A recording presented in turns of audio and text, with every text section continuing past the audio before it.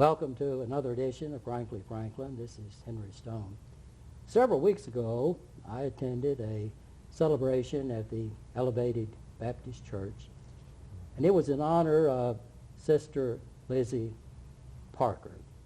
Sister Parker has been with the Guiding Star Singers, or started as a Guiding Star trio for, I believe, about 52 years, and this was in honor of Sister Parker. And there were groups at the Elevated Baptist Church that came in to sing from just about everywhere. You could hardly get a seat in the place. So we wanted to talk to Sister Parker today. And along with Sister Parker is Charles Cosby. Now, Charles, I think, has been with the Guiding Star Singers, I believe he said, for about 10 and a half years. And they have officers now. Sister Parker is the president, and Charles is the vice president of the Guiding Star Singers. Sister Parker, first, I'd like for you to tell me how you became a member of the Guiding Star Trio, it was called back in those days. And I think the members of that were Brother Arlo Sanford and Sister Kathleen Bryant. So tell me how you got involved. We, the firstborn minister, Elder Saddle, he asked us to go down and sing for him. That's when the preacher was going down. They preached for 15 minutes, a half an hour one. And he asked us to go down there and sing for her. So we went. And after he did his speaking, and he asked us to sing a song. So we did, and then we looked out to the class. And they were all standing around and looking in there. And I looked at Kathleen, and she looked at me. We wondered what we had done. And so we went on and finished the song. After we got through, when we came out, they asked us how we like to be on the program every Sunday morning at 7:06. So we taken the program we've been going ever since. We made a vow that as long as one of us live, we would carry on. So that's what we've done. And you've had listeners and followers from all over this area. Yes, I have. I can tell you a story. We still have them. Oh, I know you do. I can tell you a story on that.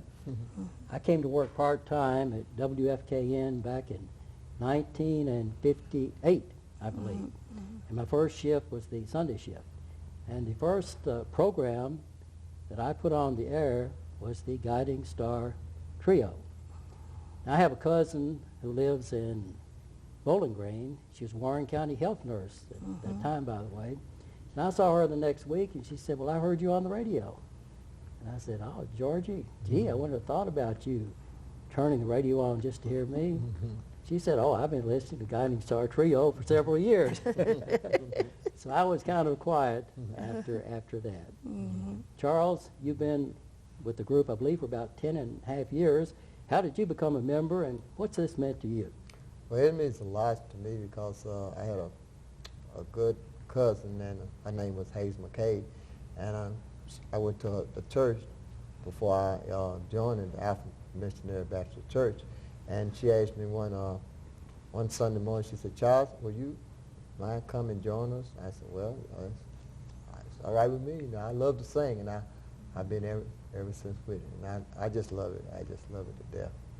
And we've been different places to sing and everything like that. So I used to sing with another gospel group in Bowling Green called the Golden Trumpeters with my brother. So I've been singing ever since I was about 7, 8 years old. Let's talk a little bit about the members of the Guiding Star Trio. When I first started to work, and back in those early years, of course, Sister Parker, Sister Bryant, and Brother Arlo Sanford. Just three remarkable individuals. Sister Parker, tell us what you remember most about Sister Bryant. Sister Bryant, she was, if you want to know anything, you asked her, and she'd tell you what she thought, and what she think would come out. And she was just honest and true like that, and she loved to sing. She was raised up in the church. Her father was a deacon and everything, and Arlo, he was raised up in church also, and he was a member of the Elevated Baptist Church. But Sister Bryant wasn't. She joined later on, and our first anniversary, Pastor Samuel, she gave our first anniversary on 2nd Street in Bowling Green, Kentucky. And I didn't go along with it so much, but anybody want to do something for you, let them do it. So after that, I think she gave us 2. And after that, I said we should go back home and have our anniversary. And so we did, because we were members of the Elevated Baptist Church after she joined. And they were just wonderful people. Arlo, he started playing the piano. His mother said when he was 2 years old, sitting in her lap, she had a little toy piano, and he could make sounds on his piano. And they were just wonderful people to work with. And they, after Essie quit and everything, they wanted me, and they got right on me to join them.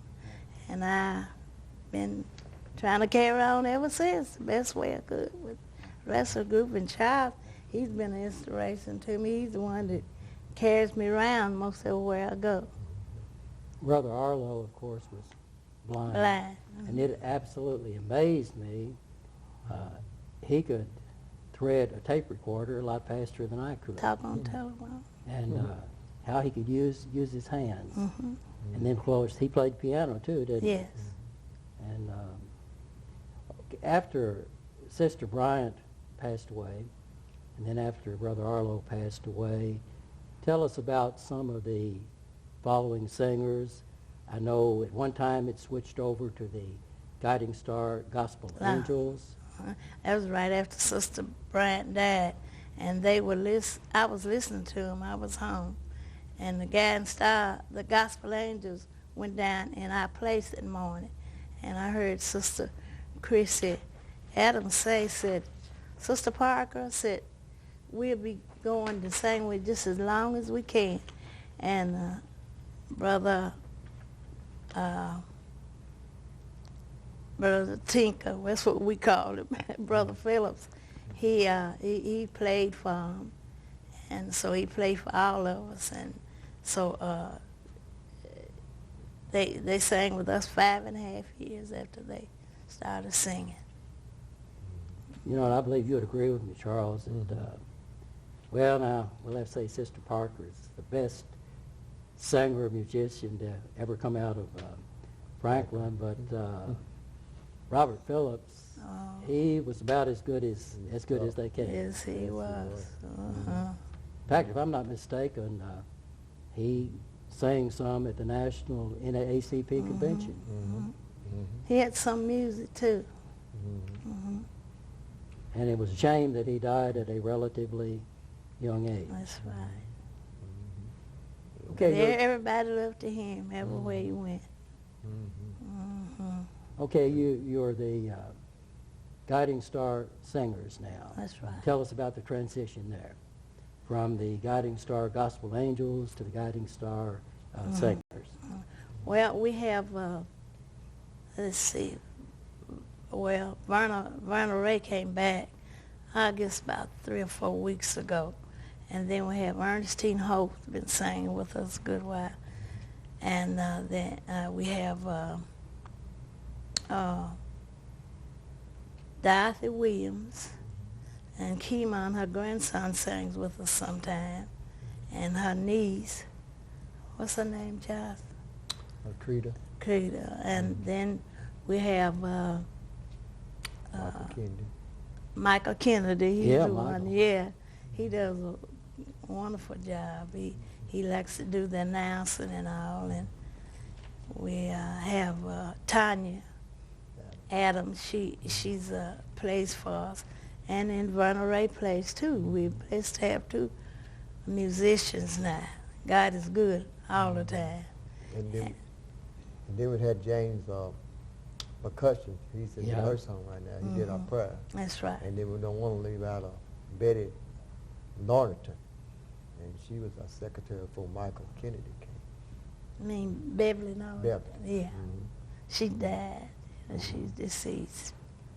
Well, Sister Parker, I know that perhaps you don't travel as much as you used to, but at one time there, the Guiding Star Trio, the Guiding Star Gospel Angels, and the Guiding Star Singers were asked to perform in a lot of different places, Oh, yeah. and you traveled more than the state of Kentucky. Mm-hmm. Tell us a little bit about the other appearances over the Well, years. we used to go to Terre Haute. That's where we mostly had our vacation. I guess we go there every year, and we stay 2 weeks, and we sing for 2 weeks every night. Wow. And Miss Arlena Griffith, she was our transportation. She used to carry us and wait on us and bring us back home. And we just had a wonderful time. Had a big turnout. People would turn out and hear us. And the people were so nice to us. And we went to Louisville, Kentucky, and Russellville, and Bowling Green, Scattersville, Springfield, Cross Plain, Tennessee. And we just went to lots of churches. And we enjoyed every bit of it. Yeah. I'm sure, Charles, that you still get a lot of requests to perform. How many outside appearances are we having now, and how are they selected? Because I'm sure you get more requests than you're able to fill. Well, we do a lot of concerts now. And Do you? we used to do quite a bit over. They had a big convention over in Allen County, and we used to go over there and do a lot and join different groups. And every time we would appear over there, we was outstanding. And the song that everybody loved, One Day at a Time. So we had to start off with that before we do anything. Then we went on. That's how we're going to close this program today, is for the two of you have agreed to sing that, but we're not ready to close quite right. And I know you did a lot of things locally. I remember yes. a lot of years ago, I guess it was the Band Boosters had gong shows. And my daughters were in the band, and I was chairman of that gong show. And we got the Guiding Star, I'm not sure whether it's trio or Gospel Angels at that time to perform. For some reason, the band that we had backing soloists and singers up got miffed that someone who was getting ready to perform and came over and told me that we're not going to play for him. So I thought, who will bail me out? So I ran over to the Guiding Star, and I don't know whether it was Sister Parker or Sister Bryant or who it was, but one of them got over to the piano, and that person was able to perform. And I'll thank you again for that. You bailed me out. We love doing things for people. There were a lot of good times, weren't there? Oh yeah, we just enjoyed it. That's just the joy of my life. It's singing, and I still love to. I started singing when I was a little girl, going to Missionary Society, and I'd get to sing a solo. After they got through, they let me sing. So we, just from little bitty people to grown adults, we enjoyed the singing. And God's been so good to me. 3 children and all, and I just get out on my knees and asked him what to do, and the way would be showed to me. And I'd just get up sometime. I'd be so depressed when I get up to sing that I would forget the words to the song. And but they could take up, Kathleen and Arlo could go on, where I couldn't. I leave them sick sometime. I didn't think it was right, but I said, if I don't go, one is sick, I got 2 more, he could take them, I've always been a great believer in the Lord, because I know where he brought me from. Yeah, without a mother and a father, we were left where our grandparents raised us. And without a husband, he came through. Charles, as a person, what has Sister Parker meant to you? Well, she meant a lot to me because she remembered me when I was just a little boy and run around up at Bowling Green, 11th Street Baptist Church when I was coming from. And when they always used to come to Bowling Green, I always loved to hear her sing. Like she said, Arlo and the other one, Sister McCaffrey, and they said the guiding star was coming. You had to go real early. I mean, back in that time, you had to go real early to get a seat. And I mean, they were just fantastic. They were just, and when my mama's gone, they say you always got another mother, so she's been my mother, and anything I need, all I gotta do is just call her, and she's right there. So she's just a good person. That she's never always called with a pretty smile and everything. And when my father was living, he's always telling me, he said, well, that was the best one in the group. That's what I like to go see. With that smile. Well, I adopted him as my son. That's it made me have 4. The 52nd year of you being with the Guiding Star, the celebration at the Elevated Baptist Church. Now, have you been a member of that church since you were small? Yes, I joined the church when I was 13 years old. What's that church mean to you? Oh, it's the Elevated Church. It's one of the finest churches on the map. We've only had, I believe, 5 or 6 ministers.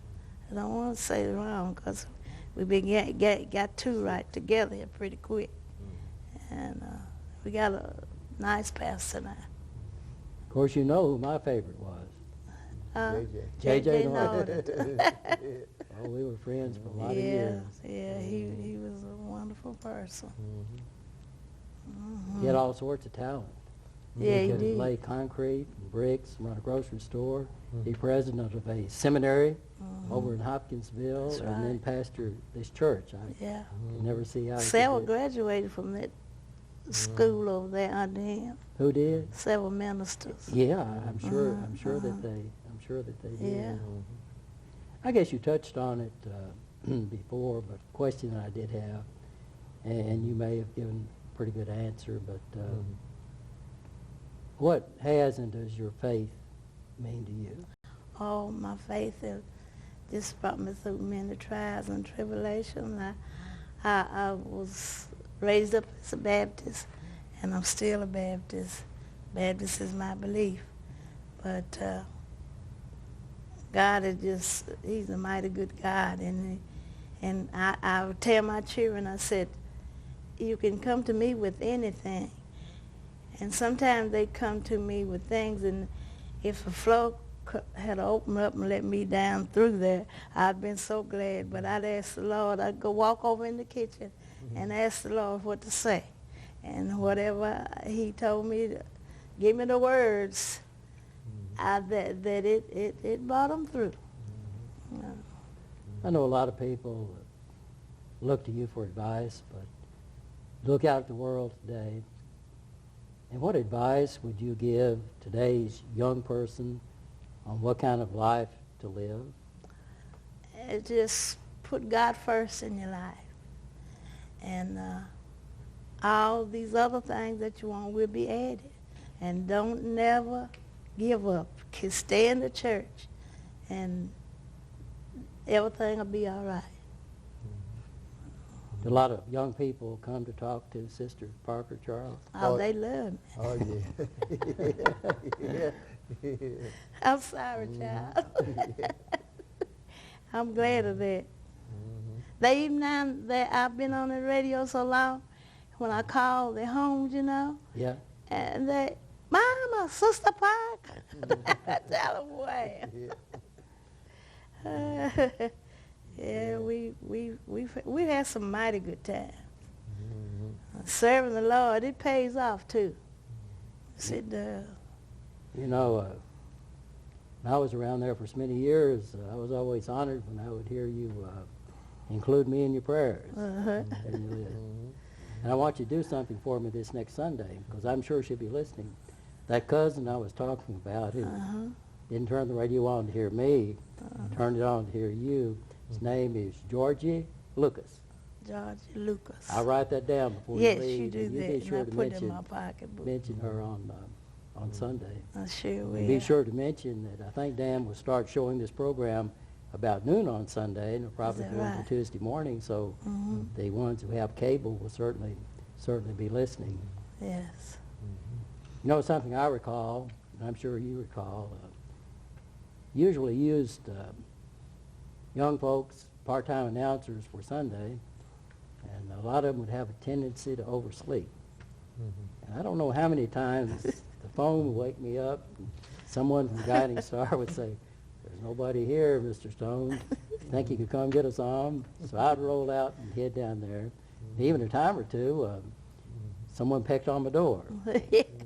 But I think most of the time we did get you on the air. Mhm. That's right. If we blow the horn and didn't get you out, we come to the door.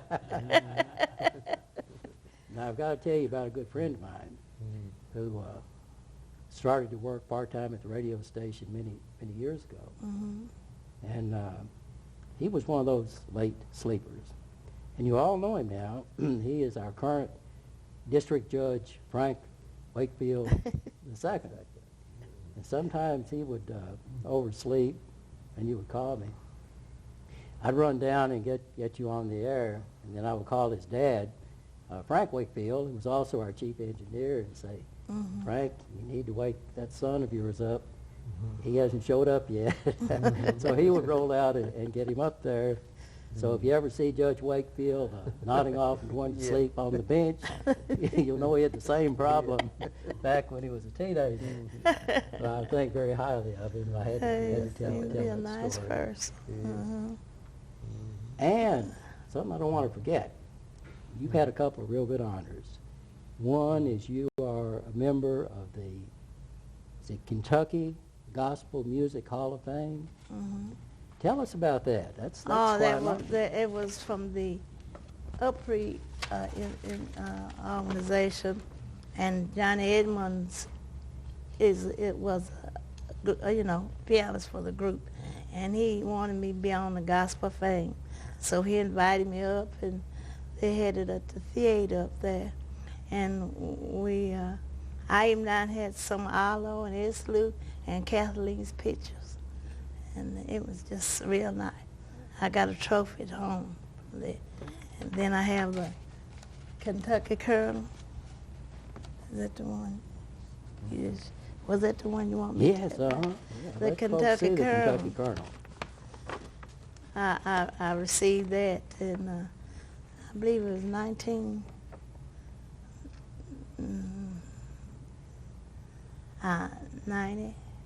What is it? 19. Can you see it? Who was governor then? I didn't look when I was seeing. It's bound to have his name on there somewhere. Wallace Wilkerson. Wilkerson. Yeah, I remember Governor Wilkerson. Uh-huh. Yeah, we all too. remember him. Uh-huh. It's really a great Yeah. honor. It was in, it's 1,990. Oh, 1990. Uh-huh.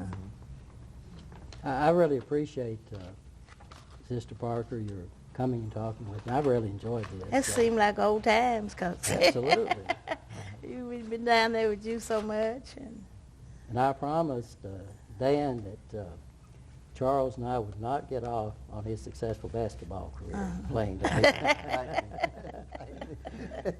So we want to close out the program. The song that I remember most from the Guiding Star Trio, Gospel Angels, Guiding Star Singers, that I hear requested the most and heard you perform so many times on WFKN radio, was One Day at a Time. And I was hoping that we could close out with you and Charles there, singing One Day at a Time, and just sing as many verses if you want to. And I'll tell both Clint and Dan that if they cut you off before you get through, someone up above is watching. So let's listen to Sister Parker and Charles Cosby with One Day at a Time. I'm only human. I'm just a woman. Help me believe in what I can be and all that I am. Show me the stairway I have to climb. So for my sake, Lord, teach me to take one day at a time. Do you remember when you walked among me? Well, Jesus, you know, if you're looking below, that is worse now than this. Pushing and shoving, cried in my mind. So for my sake, Lord, teach me to take one day at a time. One day at a time, sweet Jesus. That's all I'm asking from you. Just give me the strength to do every day what I have to do. Yesterday's gone, sweet Jesus, and tomorrow may never be mine. Help me today, Lord, show me the way, one day at a time, one day at a time, sweet Jesus. That's all I'm asking from you.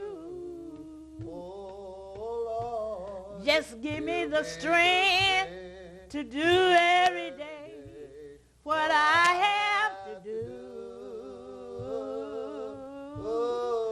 Yesterday's gone, sweet Jesus, and tomorrow may never be mine. Help me today, Lord, show me the way, one day at a time. Thank you, Sister Parker. Thank you, Charles. And to those of you watching, I hope you got just half as much out of this program as what I did in doing it. Thank you for watching.